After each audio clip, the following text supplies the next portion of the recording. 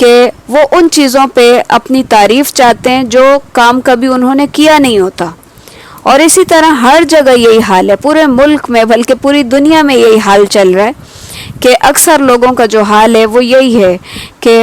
اپنے اپنے کارناموں پہ خوش ہونا اور ساتھ میں وہ مزید تعریف کے طلبگار ہونا کہ جو کام انہوں نے نہیں کیا اس کو بھی اپنے کھاتے میں ڈالے جائیں. ایک تو یہ بات ہے. دوسری یہ کہ اگر آپ اس کو آیت کے سیاق کے حساب سے دیکھیں تو یہودی جو تھے وہ کتاب الہی کے اندر تحریف کرتے تھے اور کتمان حق کے بھی مجرم تھے، یعنی کہ حق کو چھپاتے بھی تھے. لیکن اس کے باوجود کیا تھا کہ وہ اپنی ان حرکتوں کے اوپر شرمندہ نہیں تھے بلکہ وہ ان حرکتوں کے اوپر خوش ہوتے تھے. اور یہودیوں کی طرح کا حال جو ہے وہ آج کے بھی لوگوں کا ہے کہ لوگوں کی غلط رہنمائی کر کے، آیات الہی کے اندر مانوی تحریفیں کر کے، اپنی مرضی کے فتوے لوگوں کو دے کے اس کے اوپر وہ بڑے خوش ہوتے ہیں اور دعویٰ کرتے ہیں کہ وہ جو ہے اہل حق ہیں اور ان کا گروہ حق پر ہے، حالانکہ اپنی مرضی کے فتوے دیے ہوئے ہوتے ہیں انہوں نے، جس کا دین سے دور دور کا بھی کوئی تعلق نہیں ہوتا. وَلِلَّهِ اور اللہ ہی کے لیے ہے ملک بادشاہت السماواتی آسمانوں کی والارض اور زمین کی واللہ اور اللہ علی اوپر کلی ہر شیء چیز کے قادر ہے. اِنَّ بے شک فی میں خلقی پیدائش میں السماوات والارض آسمان اور زمین کی واختلافی اور اختلاف ہے اللیلی رات میں والنہار اور دن میں لآیات البتہ نشانیاں ہیں لِأُولِي الْأَلْبَابِ عقل والوں کے لیے. اس آیت کے اندر کہا جا رہا ہے کہ آسمان اور زمین کے اندر جو کچھ بھی ہے سارے کا سارا اللہ تعالیٰ کی ملکیت ہے اور اللہ تعالیٰ ہر چیز کے اوپر قادر ہے. پھر یہ کہ آسمان اور زمین کی جو تخلیق ہے، رات اور دن کا جو آنا جانا ہے، اس کے اندر لوگوں کے لیے نشانیاں ہیں جو عقل رکھتے ہیں. کیونکہ آپ دیکھیں کہ آسمان اور زمین ٹوٹل ایک دوسرے سے بالکل مختلف ہیں، اسی طرح رات اور دن بھی ایک دوسرے سے بالکل مختلف ہیں. اور کبھی راتیں جو ہے وہ چھوٹی ہو جاتی ہیں، دن لمبے ہو جاتے ہیں، کبھی دن چھوٹے ہو جاتے ہیں، راتیں لمبی ہو جاتی ہیں. تو اسی طرح کبھی موسم ٹھنڈا ہو جاتا ہے، کبھی گرم ہو جاتا ہے. تو یہ جتنی بھی چیزیں ہیں یہ ساری اللہ تعالیٰ کے ایک ہونے کی دلیل ہیں. اور اسی لیے یہاں کہا گیا کہ اس کے اندر نشانیاں ان لوگوں کے لیے جو عقل والے ہیں، یعنی جو فہم و فراست رکھتے ہیں. پھر مزید فرمایا الذین جو لوگ یذکرون ذکر کرتے ہیں اللہ کا قیاماً کھڑے ہو کر وقعوداً اور بیٹھے ہوئے وعلی اور اوپر جنوبہم اپنی کروٹوں کے ویتفکرون اور وہ غور و فکر کرتے ہیں فی میں خلقی پیدائش میں یا تخلیق میں السماواتی آسمانوں کی والارض اور زمین کی ربنا اے ہمارے رب ما نہیں،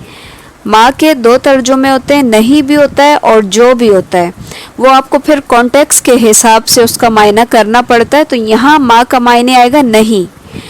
خلقتا پیدا کیا تو نے ھذا یہ باطل سبحانکا پاک ہے تو فقنا تو بچا ہمیں عذاب سے النار آگ کے. اس آیت کے اندر یہ بھی بتایا جا رہا ہے کہ یعنی پیچھے جن لوگوں کا ہم نے پڑھا کہ جو لوگ آسمان اور زمین کی تخلیق اور کائنات کے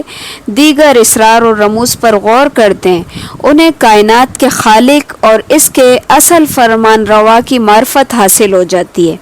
اور وہ سمجھ جاتے ہیں کہ یہ جو کائنات کا نظام ہے ایک لگا بندہ جس میں ذرا سا بھی خلل واقع نہیں ہوتا، یقیناً اس کے پیچھے ایک ہی ہستی ہے جو اس کو چلا رہی ہے اور اس کی تدبیر کر رہی ہے، اور وہ ایک ذات کس کی ہے؟ اللہ تعالیٰ کی۔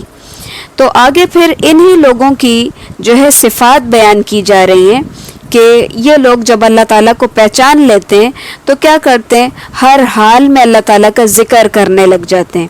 کیونکہ انسان کی یہی 3 پوزیشنیں ہوتی ہیں، یا تو وہ بیٹھا ہوا ہوتا ہے، یا پھر وہ کھڑا ہوا ہوتا ہے، یا لیٹا ہوا ہوتا ہے۔ تو یہاں پر ان تینوں پوزیشنوں کا ذکر کیا گیا ہے کہ وہ کھڑے ہو کر بھی اللہ کو پکارتے ہیں، بیٹھے ہوئے بھی اللہ کو پکارتے ہیں، اور لیٹ کر بھی اللہ تعالیٰ کو پکارتے ہیں، اور اس کے علاوہ وہ کائنات کے اندر غور و فکر کرتے رہتے ہیں۔ جب وہ غور و فکر کرتے ہیں تو وہ اس نتیجے پر پہنچتے ہیں کہ اس کائنات کے اندر کوئی بھی چیز بے فائدہ پیدا نہیں کی گئی، تو اسی لیے وہ اللہ تعالیٰ سے کہتے ہیں کہ ربنا ما خلقت ھذا باطلا، اے ہمارے رب تو نے کچھ بھی بے فائدہ پیدا نہیں کیا، کچھ بھی باطل پیدا نہیں کیا، سبحانک فقنا عذاب النار، تو پاک ہے، تو ہمیں آگ کے عذاب سے بچا لے۔ حدیث میں آتا ہے کہ نبی صلی اللہ علیہ وسلم رات کو جب تہجد کے لیے اٹھتے تو ان فی خلق السماوات سے لے کر آخر سورت تک یہ آیات پڑھتے، اور اس کے بعد آپ وضو کیا کرتے تھے۔ یہ صحیح بخاری کے اندر حدیث موجود ہے۔ ربنا، اے ہمارے رب، انکا، بے شک تو، من، جس کو، تو داخل کرے، النار، آگ میں، فقد، تو تحقیق، اخزیتہ، تو نے رسوا کیا اس کو، وما، اور نہیں، للظالمین، ظالموں کے لیے، من انصار، کوئی مددگار، یعنی کہ وہ جو مومن ہیں جو کائنات کے اندر غور و فکر کرتے ہیں تو وہ جہنم کے عذاب سے پناہ اس لیے طلب کرتے ہیں کیونکہ جو شخص جہنم کے اندر داخل کیا گیا گویا کہ وہ رسوا ہو گیا، یعنی کہ اس کی رسوائی کی نشانی ہے کہ وہ جہنم کے اندر لے جایا گیا، کیونکہ حدیث میں آتا ہے نا کہ بعض مومن بھی جہنم کے اندر جائیں گے اپنے گناہ کی سزا کاٹنے کے لیے، لیکن جب ان کو جہنم سے نکال بھی لیا جائے گا تب بھی ان کے جسموں کے اوپر نشان ہوں گے، جس سے جنتیوں کو پتہ چلے گا کہ یہ لوگ جہنم سے ہو کے آئے ہیں، تو یعنی ایک رسوائی کا سبب ہے۔ اس لیے یہاں پہ یہ کہا گیا کہ جو شخص جہنم کے اندر داخل ہوا تو گویا کہ وہ رسوا ہو گیا۔ ربنا، اے ہمارے رب، اننا، بے شک ہم نے، سمعنا، سنا ہم نے، منادین، ایک پکارنے والے کو، ینادی، جو پکار رہا تھا، للایمان، ایمان کے لیے، ان، کے، آمنو، ایمان لاؤ، بربکم، اپنے رب پر، فآمنا، تو ایمان لائے ہم، ربنا، اے ہمارے رب، فاغفر، تو بخش دے، لنا، ہمیں، ذنوبنا، گناہ ہمارے، وکفر، اور ہٹا دے، عنا، ہم سے، سیئاتنا، برائیاں ہماری، وتوفنا، اور تو فوت کر ہمیں، مع، ساتھ، الابرار، نیک لوگوں کے۔ یہ ساری صفات اور یہ ساری دعائیں وہ لوگ کرتے ہیں جو کائنات کے اندر غور و فکر کرتے رہتے ہیں، کیونکہ اس سے پہلے ہم نے غور و فکر کا ذکر پڑھا، اب اس کے بعد جتنی بھی دعائیں آئی ہیں تو یہ انہی لوگوں کی دعائیں ہیں جو کائنات کے اندر غور و فکر کرتے ہیں اور آخر کار اس نتیجے پہ پہنچتے ہیں کہ اللہ تعالیٰ نے کچھ بھی بے فائدہ پیدا نہیں کیا۔ تو جو شخص اللہ تعالیٰ کے عذاب سے بچ گیا اور جنت کے اندر چلا گیا تو وہی کامیاب ہو جائے گا، جیسا کہ ہم نے کل بھی پڑھا تھا۔ تو اس کامیابی کو پانے کے لیے وہ اللہ تعالیٰ سے مستقل دعائیں کرتے رہتے ہیں، بار بار جہنم سے پناہ مانگتے رہتے ہیں اور اللہ تعالیٰ سے سوال کرتے رہتے ہیں، اپنی مختلف صفات اللہ تعالیٰ کے سامنے بیان کرتے ہیں، جیسا کہ اس آیت میں بھی ذکر ہے کہ ہم نے ایک پکارنے والے کو سنا جو کہ ایمان کے لیے پکار رہا تھا۔ تو یہ مراد یہاں پر ہے نبی صلی اللہ علیہ وسلم، یعنی کہ آپ جو ہے اسلام کی طرف دعوت دے رہے تھے، تو وہ کہتے ہیں کہ ہم نے اس کی دعوت کے اوپر لبیک کہا تو ہم اپنے رب کے اوپر ایمان لے آئے، تو ایمان لے آئے اس لیے اے ہمارے رب تو ہمیں بخش دے اور ہمارے گناہوں کو بھی معاف کر دے اور ہم سے ہماری برائیوں کو دور کر دے، یعنی جو گناہ ہم سے ہو چکے ہیں تو ان کو مٹا دے، دور کر دے ہم سے، اور ہم اسلام کی حالت میں فوت ہوں، نیک لوگوں کے ساتھ فوت ہوں، کیونکہ حدیث میں آتا ہے نا کہ جو شخص جیسے لوگوں سے محبت کرتا ہوگا وہ قیامت والے دن انہی کے ساتھ اٹھایا جائے گا۔ تو یعنی کہ انسان کو دعائیں مانگنی چاہیے نیک لوگوں کی مجلس کی، اور اپنے آخری عمل کے بھی نیک ہونے کی، کہ نیک لوگوں کے درمیان انسان فوت ہو، تاکہ اس کا جو آخری کام ہے، اس کا جنازہ، اس کا کفن دفن، وہ بھی نیک لوگوں کے ہاتھوں میں ہو، تاکہ اس کا انجام اچھا ہو سکے۔ تو یہ لوگ جو کائنات کے اندر غور و فکر کرتے ہیں، پھر یہ لوگ اس طرح کی دعائیں بھی مانگتے رہتے ہیں کہ آخری عمل بھی ان کا اچھا ہی ہو۔